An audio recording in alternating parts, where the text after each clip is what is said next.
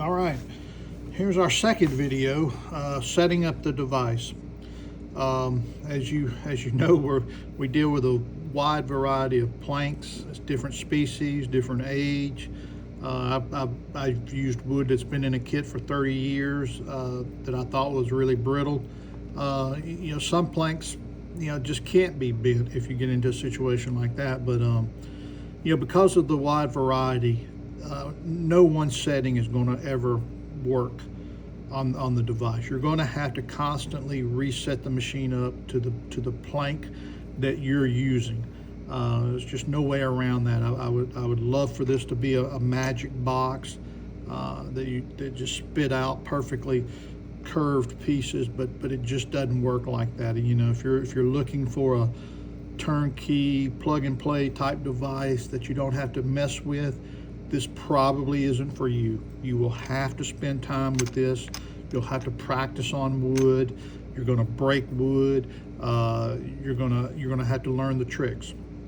That being said, I want to show you how I set up a piece, and just to give you a general rundown.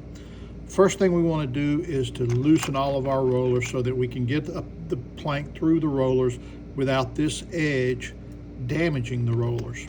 That's the one thing we want to avoid. So loosen everything up, lift up on your middle roller, put your piece through, and just let it go through. And so that's kind of the starting point. Then what we want to do is we want to start lowering the pressure on our rollers, and we want to be careful that we do it evenly. I like to start on the gear side, and I'll get that to where I feel a nice tension. Again, it takes a little practice to get to that point. Once you feel that tension, you're going to want to pull the piece through. You're not going to get any bend at this point, and that's what we want. What we want to do is we want to start short of where we want to get to, and then work our way up through that. And again, as you get practiced, and you can shorten that time, but in the beginning, I would say take very small steps and gradually get up to the bend that you want to get to. So I'm going to do a little quarter turn on all four corners and run the piece through 2 or 3 times. Again, I'm starting to get a little bit of bend, but it's not nearly what I want. So let's tighten it up a little bit more, being careful to keep it all equal. And then, as you can see, we're starting to get a little bit more bend. Now this is Sarapelli, I think is how you pronounce it. This is it's hardwood. It's harder than mahogany, not quite as hard as oak. This is a 5mm by 2mm thick piece. I think it's very common for hull construction. So I wanted to demonstrate something that was fairly hard. Again, I'm tightening it up. I'm using my backhand to guide the piece through, but I'm letting the rollers do the work. I'm not getting any cracking. I'm getting a nice turn here. I think I want to get a little bit more, so I'm going to crank it down a little bit more, and there we go. Now I'm starting to really get a bend in the piece, and as you can see, that's really,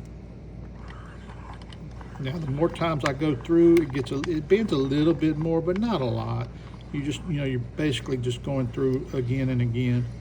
But now I've got a pretty good bend.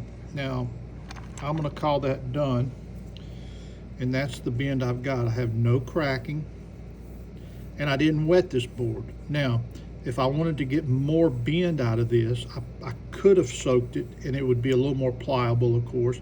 I never use heat around the rollers. I just never have felt comfortable doing that. But I have soaked, even though most boards you don't need to soak, I have had to soak a couple that were extremely hard to bend. So, you have to be open to that. Now, what I do is, I bend the board, and then I'm going to cut it, because it's hard to get a bend on these ends. So my plan is to cut this board about here, and that's going to, so you have to think that through your process. And again, with practice, how big of a bend you can get on the edges. So, most common thing I do is get my bend like I want it, and then I'll cut here depending on where I'm placing it in the hull. So that is the setup of the device.